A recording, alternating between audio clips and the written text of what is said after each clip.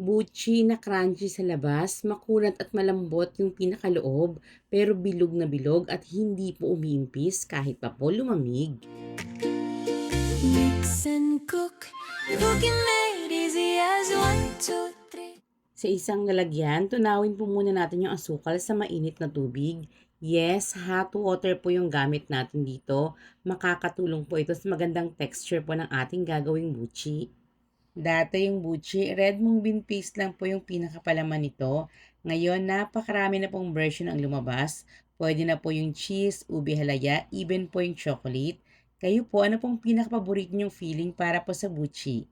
So yun na nga po, after pong matunaw nung asukal dun po sa ating hot water, ilalagay na po natin yung ating glutinous rice flour or giniling po na malagkit na bigas. Nabibili po ito sa palengke, online stores at grocery stores. I-mix lang po muna natin itong mabuti. Then kapag medyo mahirap na pong haluin ng ating spatula or sandok, gamitan na lang po natin ito ng ating kamay.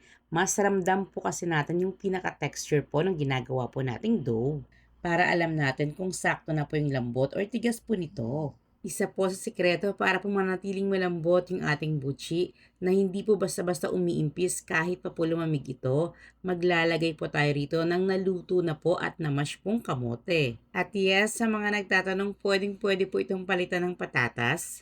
Mapapansin niyo po ngayon na nalinis po natin yung atin pong pinaka-bowl dahil po yan sa saktong-sakto po yung pinaka-mixture natin. Then, sa pinakalaki po ng buchi na gagawin natin, nakadepende na po ito sa atin.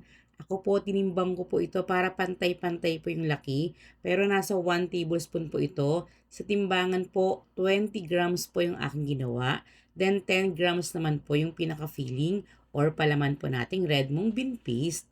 Don't worry, ipapakita ko rin po sa inyo kung paano po gawin ito pong ating napakasarap na filling. Sa ating dough nga po pala, dahil nga po minsan magkakaiba po yung brand ng bigas na ating magagamit, magkakaiba rin po yung absorption po nito sa tubig. If ever po na sa ating mixture dry po yung dough na nagawa nyo, add na lang po ng paunti-unting tubig. Or kung masyado naman pong basa yung pinaka-dough, add na lang po ng paunti-unti naman pong glutinous rice flour. Para naman po kapit na kapit yung ating sesame seeds sa atin pong buchi, may technique pong ipapakita sa inyo ang inyong mommy loves. Pero bago po yan, ipapakita ko po muna sa inyo ngayon kung paano natin ginawa or niluto yung ating masarap po na palaman. Dito pwedeng-pwede po kayong gumamit ng green mongo pero para sa akin kapag sa kakanin, mas masarap po yung red mongo. Palalambutin lang po natin ito. Pwede po sa regular na kaserola. Kung sa pressure cooker naman po, after po nitong mag-whistle, mag-oras po kayo ng 25 minutes. Saktong-sakto po yung lambot nito. Then after po nitong mapalambot, tinanggal ko po yung excess na liquid. Haluan po natin ito ng asukal, kaunting asin to balance the taste. At ang mas magpapasarap pa rito, coconut cream or kakanggata po yung atin pong gagamitin. Puwede naman pong tubig na lang yung atin pong gamitin pero po sa mga hindi pa po nakakasubok nito, ang sarap po talaga kapag coconut cream po yung atin pong ginamit. Then dito po, option nyo na kung gusto nyo pong nakamash mabuti or pwede nyo rin po itong padaanin sa blender para mas maging smooth po.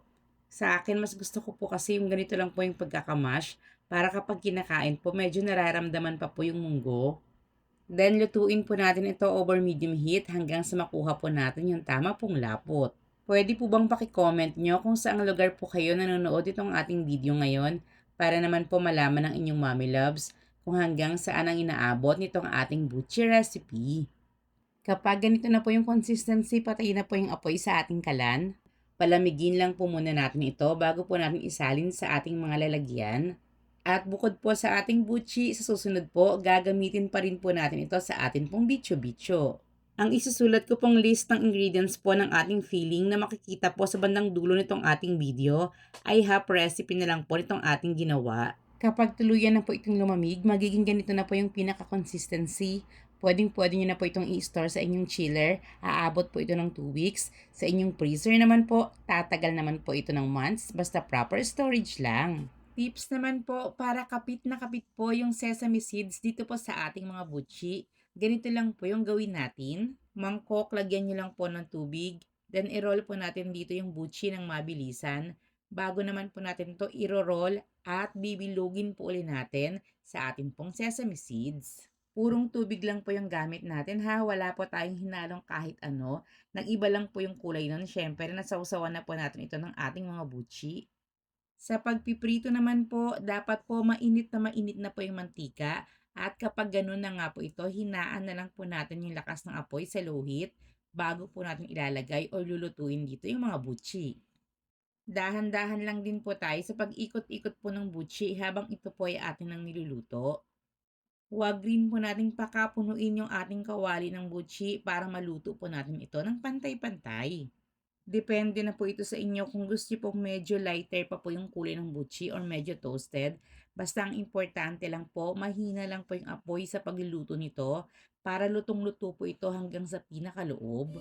And cook, cooking made easy as 1, 2, 3 kay Mami Labs. Siguradong happy ka lagi. May kakanin, may ulam, may dessert pa. Lahat ng recipe, swak sa masa. Ito na po ngayon yung ating butchi. Malamig na po ito. Pero tingnan nyo naman po, hindi po talaga magbabago yung pinaka-shape nito or hindi po ito iimpis. Sa lasa, malutong po yung pinakalabas gawa nga po ng ating sesame seeds. Pero malambot po at makunat yung pinakaloob. Saktong-sakto yung tamis, hindi nakakaumay at talaga naman pong napakalinamnam at napakasarap. Isang recipe na hindi po uli mapapahiya sa inyo ang inyong mommy loves at bukod pa dyan, napakaganda rin po nitong pagkakitaan. Pwede nyo po itong ilagay sa paper meal box or microwavable tubs kung gusto nyo po itong ibenta ng retail. Kung maramihan naman na po yung pa-order nyo, pwede na po ito sa mga food tray or bilao. Para po sa karagdagang idea, 59 pieces po yung nagawa natin.